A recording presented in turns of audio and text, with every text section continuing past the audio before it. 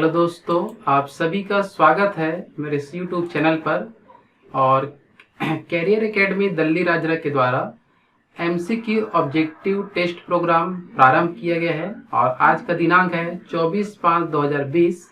और आज का जो टॉपिक है हमारा टेस्ट का वो है आपका संसदीय समिति, जो संविधान का एक विषय है।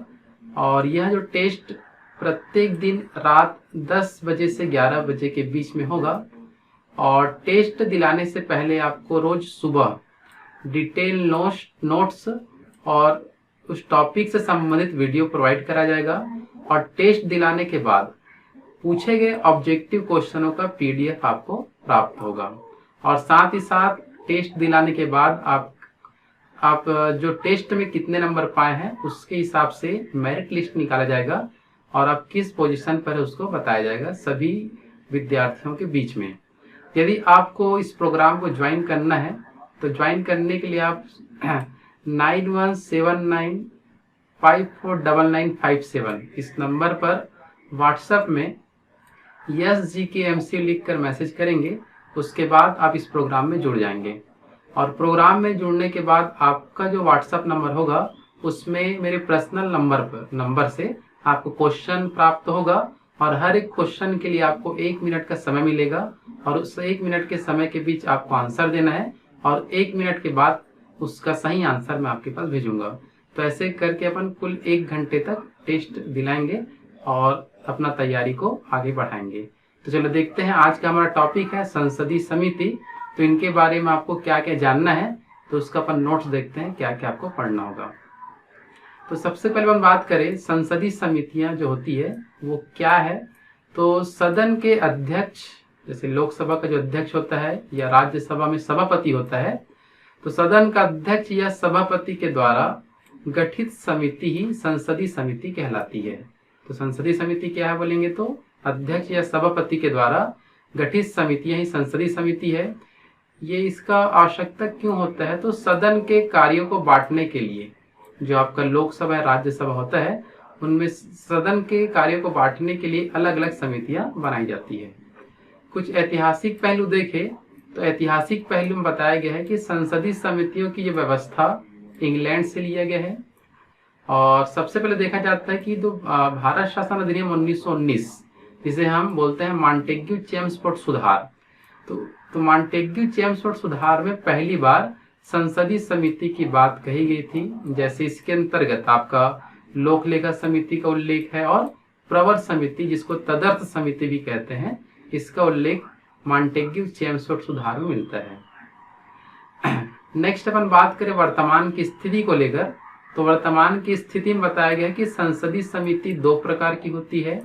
एक जिसको बोलते हैं स्थायी समितियां और दूसरा होता है आपका अस्थायी समितियां। तो अपन देखते हैं सबसे पहले स्थायी समितियां। तो स्थायी समिति के अंदर सबसे पहले अपन देखेंगे वित्तीय समितियां के बारे में, जो सबसे इम्पोर्टेंट समिति मानी जाती है। तो वित्तीय समिति के अंदर अपन 3 समिति पढ़ेंगे, जिसका नाम होगा आपका लोक लेखा समिति, प्राक्कलन समिति और लोक उपक्रम या लोक उद्यम समिति इसको कहा जाता है। तो चलो सबसे पहले अपन देखते हैं लोक लेखा समिति के बारे में। तो लोक लेखा समिति के बारे में सबसे इम्पोर्टेंट पॉइंट है आपका, लोक लेखा समिति का उल्लेख अभी अपन देखे पहले कि 1919 के मॉन्टेग्यू चेम्सफोर्ड सुधार में इसका उल्लेख किया गया था। इस समिति का गठन किया था 1921 में। अधिनियम का नाम है 1919, लेकिन गठन कब किया गया था 1921 में। बताया जाता है यह संसद का सबसे महत्वपूर्ण एवं सबसे पुरानी समिति है। तो संसद का सबसे महत्वपूर्ण और सबसे पुरानी समिति है लोक लेखा समिति। लोक लेखा समिति के अंदर अपन सदस्य संख्या देखें तो सबसे पहले जब गठन हुआ था 1921 में तो 15 सदस्य हुआ करते थे, लेकिन वर्तमान स्थिति में इस समिति में कुल 22 सदस्य होते हैं। लोक लेखा समिति के अंदर 15 जो सदस्य लोकसभा से होते हैं और 7 सदस्य आपके राज्यसभा से चुने जाते हैं। अब अपन देखते हैं कि समिति का कार्य क्या है। तो कार्य के बारे में बातचीत करें तो भारत का जो नियंत्रक या जो महालेखा परीक्षक जिसे हम बोलते हैं कैग, तो कैग के जो भी प्रतिवेदन होते हैं उसकी जांच करता है। तो कैग जो होता है वो देश का जो लेखा जोखा तैयार करता है, उनके द्वारा जो भी रिपोर्ट दिया जाता है उनको कौन चेक करता है, लोक लेखा समिति के सदस्यों द्वारा। अब देखते हैं इस समिति का अध्यक्ष कौन होता है। तो इस समिति का अध्यक्ष के बारे में बात करें तो 1967 में एक नियम बनाया गया था। तो 1967 से इस समिति का जो अध्यक्ष लोकसभा के जो विपक्ष का नेता होगा वही इस समिति का अध्यक्ष होता है। तो इसका अध्यक्ष सदैव क्या होगा, विपक्ष के नेता को ही इसका अध्यक्ष बनाते हैं। जिसकी सरकार चल रही होती है वहां से इसका अध्यक्ष नहीं चुना जाता। नेक्स्ट बात करें तो यहाँ के जो सदस्य जो होते हैं, सदस्यों का जो कार्यकाल होता है 1 वर्ष। और इसमें ध्यान ये रखना है कि जो भी मंत्री पद ग्रहण करते हैं वो इसका सदस्य नहीं होते। केवल जो यहाँ के सदस्य हैं लोकसभा या राज्यसभा के, वही यहाँ के समिति के सदस्य बन सकते हैं। जो मंत्री पद धारण किया वो नहीं बन सकता। अब देखते हैं सदस्यों का चुनाव। तो सदस्यों का चुनाव होता है एकल संक्रमणी पद्धति द्वारा। जैसे जिस प्रकार से राष्ट्रपति का चुनाव, उपराष्ट्रपति का चुनाव एकल संक्रमणी पद्धति से होता है, उसी प्रकार से इन समिति के सदस्यों का भी चुनाव एकल संक्रमणी पद्धति से होता है। नेक्स्ट अपन देखते हैं दूसरी जो वित्तीय समिति है, जिसका नाम है आपका प्राक्कलन समिति, जिसको बोलते हैं अपन अनुमान समिति। तो प्राक्कलन समिति का जो गठन हुआ था 1950 में, और बताया जाता है कि तत्कालिक जो वित्त मंत्री, जिसका नाम है आपका जॉन मथाई की सिफारिश पर इसका गठन किया गया था। प्रारंभ में इस समिति में 25 सदस्य हुआ करते थे, वर्तमान में 30 सदस्य हैं और 30 के 30 पूरे लोकसभा से ही चुने जाते हैं। राज्यसभा से यहाँ एक भी सदस्य नहीं होते हैं। ये बहुत बार पूछा गया है कि प्राक्कलन समिति में सदस्य कहाँ से चुने जाते हैं, तो लोकसभा से केवल। आगे देखते हैं तो संसद की स्थायी समितियों में सबसे बड़ी समिति, जिसमें सबसे अधिक सदस्य होते हैं, तो इस समिति का सबसे बड़ी समिति है। और इस समिति का गठन सिर्फ लोकसभा में किया जाता है, राज्यसभा के अंतर्गत यह समिति नहीं होती। नेक्स्ट बात करें कार्य को लेकर, तो कार्य में बताया गया है कि बजट एक प्रकार का अनुमान होता है। जैसे अपन बजट जब पेश होते हैं तो बजट एक प्रकार का अनुमान होता है, और इस अनुमान की वास्तविकता की जांच करने के लिए ही प्राक्कलन समिति का गठन किया गया है। तो प्राक्कलन समिति का गठन क्यों किया गया है, तो बजट की जांच के लिए। इस समिति में जो सदस्य होते हैं उसका कार्यकाल होता है 1 वर्ष, और मंत्री सदस्य नहीं बन सकते। जैसे इससे पहले जो लोक लेखा समिति में देखे थे, सेम वैसे ही प्राक्कलन समिति को ही कहा जाता है मितव्ययता समिति। क्या बोलते हैं, मितव्ययता समिति के नाम से जाना जाता है। नेक्स्ट है हमारा तीसरी जो समिति है वित्तीय समिति। तो तीसरी वित्तीय समिति के अंदर अपन बात करें तो वो होता है आपका लोक उपक्रम समिति, जिसको लोक उद्यम भी कहते हैं। तो लोक उपक्रम क्या होता है उसको पहले देख लेते हैं। तो लोक उपक्रम का अर्थ अपन बात करें तो अब ध्यान ये रखना है कि सरकार की जो भी संस्था होती है, उद्योग वगैरह, वो सब लोक उपक्रम समिति कहलाती है। देखते हैं इसके अंदर लिखना कैसे अपन को। तो यहाँ देखो बताया गया है कि ऐसे उपक्रम जिसकी स्थापना सरकार ने की है, ऐसे उपक्रम जिसमें काम करने वाले लोग सरकारी कर्मचारी हो, ऐसे उपक्रम जिसमें सरकार का धन लगा हो, ऐसे उपक्रम जिसका लाभ यानी केवल सरकार को होता हो, उसे हम लोक उपक्रम या लोक उद्यम कहते हैं। ये इसकी परिभाषा हो गया। अब मैं कहने वाला भी है कि देश के अंदर जितनी भी सरकार की जो संस्थाएं हैं, उद्योग है, उन सब की जांच के लिए कि कितना प्रॉफिट हुआ, कितना लॉस हुआ, उन सब की जांच के लिए ही लोक उपक्रम समिति का गठन किया जाता है अपने संसद में। तो देखते हैं इसका गठन हुआ था पहली बार 1994 में कृष्ण मेनन समिति की सिफारिश पर। तो 1964 है, 1964 में जो कृष्ण मेनन समिति की सिफारिश पर इसका गठन किया गया था। इसके अंतर्गत कुल सदस्य होते हैं 22 सदस्य, जिसमें से लोक उपक्रम में 15 जो सदस्य लोकसभा से होते हैं और 7 सदस्य आपके राज्यसभा से चुने जाते हैं। नेक्स्ट बात करें अपन कार्य को लेकर, तो इस समिति का जो कार्य होता है वो वही जो कैग द्वारा तैयार की गई लोक उपक्रम संबंधी रिपोर्ट की जांच करना। तो देश के अंदर जितनी भी जो सरकारी फैक्ट्रियां हैं या उपक्रम है, उनसे संबंधित रिपोर्ट बनाता है कैग, और कैग द्वारा बनाए गए रिपोर्ट की जांच कौन करता है, लोक उपक्रम समिति, जो संसद की वित्तीय समिति के अंतर्गत गिनी जाती है। यहाँ के भी सदस्यों का कार्य 1 वर्ष होता है, और ये जो भी मंत्री होते हैं वो सदस्य नहीं हो सकते, इसमें बताया गया है। नेक्स्ट बात करें अपन वित्तीय समिति के अंदर अपन 3 समिति देख चुके हैं। जैसे सर 3 समिति में आप देखते हैं कौन कौन सी 3 समिति देखे अपन वित्तीय समिति में। तो वो था आपका वित्तीय समिति के अंदर 3 समिति जो था आपका लोक लेखा समिति देखे, प्राक्कलन समिति हो चुका है और लोक उपक्रम समिति हो चुका है। अब और कुछ और समितियां हैं जिसको हम देखते हैं कैसे अपन पढ़ेंगे। तो नेक्स्ट अपन बात करते हैं कुछ विभागीय समितियां हैं। तो विभागीय समिति के बारे में देखते हैं। तो विभागीय समिति का गठन हुआ था 1993 में। वर्तमान में कुल विभागीय समिति है 24। विभागीय समिति की संख्या कितनी है? 24। और प्रत्येक विभागीय समिति में 31 सदस्य होते हैं। कितने सदस्य? 31 सदस्य होते हैं और जिसका कार्यकाल होता है आपका 1 वर्ष। 31 सदस्य में से 21 लोकसभा से होते हैं और 10 राज्यसभा से होते हैं। कुल 24 समिति के अध्यक्षों की जो नियुक्ति लोकसभा अध्यक्ष द्वारा 16 लोगों का और राज्यसभा के सभापति द्वारा 8 जो विभागीय समिति के अध्यक्ष की नियुक्ति की जाती है।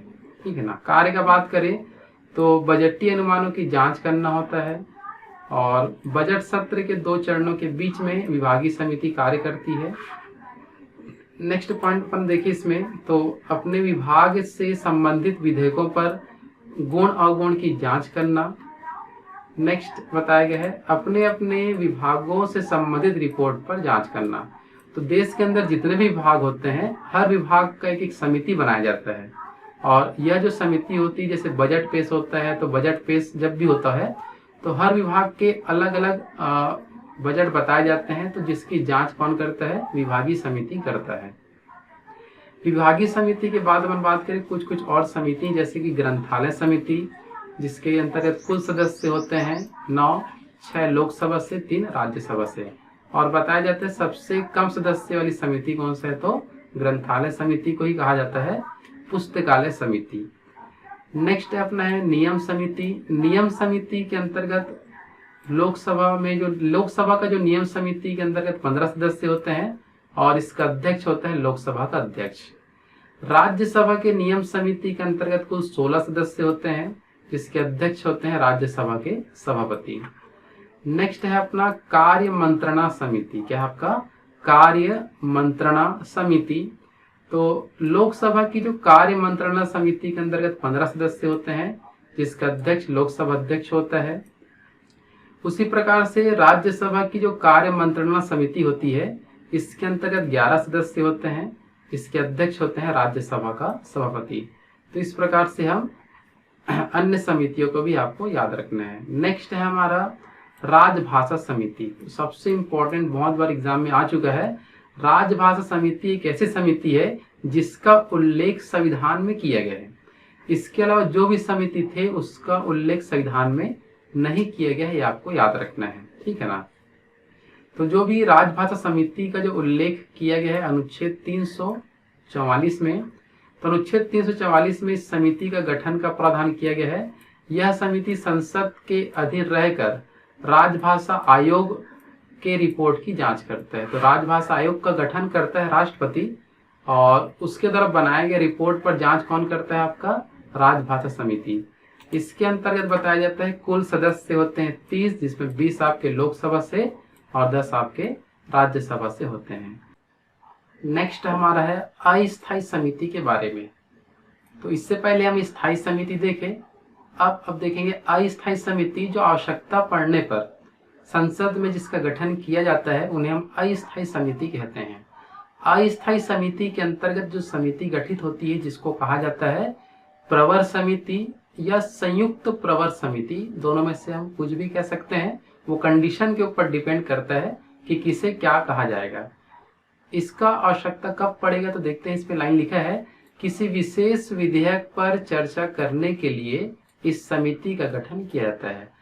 कभी अचानक संदर्भ में कोई अचानक नया विधेयक आया और उस विधेयक पर चर्चा करने के लिए पहले से भी कोई समिति नहीं है तो एक नई समिति का गठन करते हैं जो कुछ समय के लिए होता है, जो उस विधेयक पर चर्चा करने के लिए बनाया जाता है, जिसके कारण इसको अस्थायी समिति का नाम दिया गया है, जिन्हें हम प्रवर समिति व संयुक्त प्रवर समिति कहते हैं। तो देखते हैं क्या कंडीशन होता है जिसके आधार पर नाम रखा जाता है।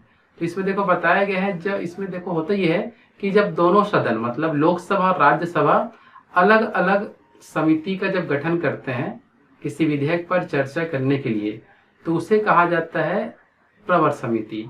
और दोनों सदन जब मिलकर जब समिति का गठन करते हैं तो उन्हें बोलते हैं संयुक्त प्रवर समिति। वही इस सेंटेंस में पूरा आपका लिखेगा कि किसको प्रवर समिति किसे कहते हैं और संयुक्त प्रवर समिति किसे कहते हैं, उसे हम याद कर सकते हैं। अगर हम बात करें तो यदि मान लेते हैं प्रवर समिति मतलब किसी एक सदन में गठित समिति कहलाता है प्रवर समिति, तो इस प्रवर समिति में अधिकतम सदस्य हो सकते हैं 30। यदि हम मानते हैं कि दोनों सदन मिलकर यदि कोई समिति बनाती है किसी विधेयक पर चर्चा के लिए, तो उन्हें कहा जाता है संयुक्त प्रवर समिति, जिसमें अधिकतम सदस्य हो सकते हैं 45। अच्छा, अब अधिकतम 45 है तो दोनों सदन मिलकर गठन किए समिति, तो अपन बात करेंगे तो 30 जो होते हैं लोकसभा से जाएंगे और 15 आपके राज्यसभा के सदस्य चुने जाएंगे इस समिति के लिए। प्रवर समिति जब रिपोर्ट बनाती है तो उसके लिए कुछ समय सीमा है कि प्रवर समिति 3 माह के अंदर अपना रिपोर्ट पेश करेगा। यदि कुछ बड़ी विधेयक है जिसमें 3 माह से अधिक समय लगता है तो उसके लिए समय कौन बताएगा, तो उसमें लिखा गया है कि सदन द्वारा निर्धारित की गई अवधि के अंदर प्रस्तुत करना होता है प्रवर समिति को अपनी रिपोर्ट। तो या तो 3 माह के अंदर पेश करना होगा या तो अपन बता सकते हैं कि सदन जो भी टाइम डिसाइड करेगा उसके बीच में करना होगा। इसका कुछ अन्य कार्य भी है कि वित्त की समीक्षा करना तथा परिवर्तन का सुझाव देना। यदि कुछ वित्त की जो समीक्षा करना या कुछ नया परिवर्तन लाना है तो ये सुझाव देती है जो कुछ समय के लिए गठित की जाती है। तो इतना आपको पॉइंट याद रखना है प्रवर समिति के अंदर।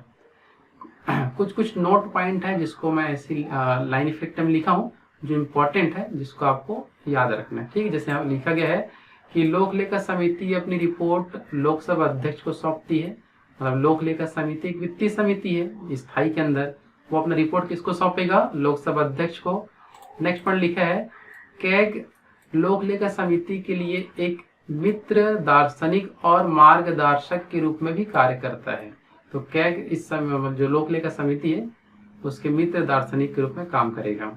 प्रवर समिति को ही तदर्थ समिति भी कहते हैं। प्रवर समिति क्या कहलाता है, तदर्थ समिति। नेक्स्ट लिखा है प्राक्कलन समिति को स्थायी मितव्ययता समिति भी कहा जाता है। नेक्स्ट लिखा है आपका जो अनुसूचित जाति और जनजाति की कल्याण संबंधी समिति में लोकसभा एवं राज्यसभा के क्रमशः 20 और 10 सदस्य होते हैं। तो अनुसूचित जाति और जनजाति की कल्याण के लिए जो समिति बनाया जाता है वहां उस समिति में लोकसभा से 20 और राज्यसभा से 10। नेक्स्ट पॉइंट अपना संसदीय समितियों के गठन का उद्देश्य क्या होता है। तो इसमें बताया गया है कि विधि निर्माण की प्रक्रिया को तेजी करना, तकनीकी और उलझे हुए विधेयकों पर विशेष रूप से विचार करना। तीसरा बताया गया है कि संसद के सदनों द्वारा विचार करने के पूर्व विधेयक का परीक्षण करना, कि सदन में कोई विधेयक नहीं गया होता है तो उससे पहले संसदीय समितियों के पास जाता है। बताया गया कि कुल संसदीय समितियों की संख्या है 17। कुल संसदीय समिति कितने हैं, 17। इसमें से बताया गया है कि 11 के अध्यक्ष लोकसभा के सदस्य होते हैं और ये जो कुल संसदीय समिति की संख्या जो 17 है, इसके जो 17 कब से हुआ है तो 12 अप्रैल 1993 से अब तक संसदीय समितियों की टोटल संख्या है 17। नेक्स्ट पॉइंट आपका विभिन्न विषयों पर चर्चा के लिए समय का निर्धारण कार्य सलाहकार समिति करता है। तो कार्य सलाहकार भी एक समिति होता है जिसका काम होता है विभिन्न विषयों पर चर्चा के लिए समय का निर्धारण करना। नेक्स्ट पॉइंट अपना प्राक्कलन समिति की जुड़वा बहन किसे कहते हैं, तो लोक लेखा समिति को। तो प्राक्कलन समिति की जुड़वा बहन किसको बोलते हैं, लोक लेखा समिति को। नेक्स्ट पॉइंट अपन का लोकसभा के 15 एवं राज्यसभा के 7 सदस्य होते हैं। किस किस समिति में बोलेंगे, तो सरकारी उपक्रम समिति में, लोक लेखा समिति में, विज्ञान एवं प्रौद्योगिकी समिति में। इस संख्या के हिसाब से निर्भर करेगा कि लोकसभा से 15 होते हैं और राज्यसभा से 7 होते हैं। नेक्स्ट हमारा पॉइंट है लोकसभा अध्यक्ष नियम समिति का पदेन अध्यक्ष होता है और विधेयकों पर प्रवर समिति की अधिकतम संख्या कितनी होती है, तो इसको निश्चित नहीं कह सकता। इतना आपको इस पॉइंट में याद रखना है। तो ये हो गया हमारा संसदीय समिति के बारे में पूरा डिटेल वीडियो। इतना ही मात्र आपको पढ़ना है संसदीय समिति के अंदर। यदि आपको मेरा वीडियो पसंद आए तो प्लीज़ मेरे वीडियो को लाइक करें, मेरे चैनल को सब्सक्राइब करें और अधिक से अधिक शेयर करें और टेस्ट को जरूर ज्वाइन करें। आपको बहुत लाभ मिल सकता है इस प्रोग्राम के माध्यम से।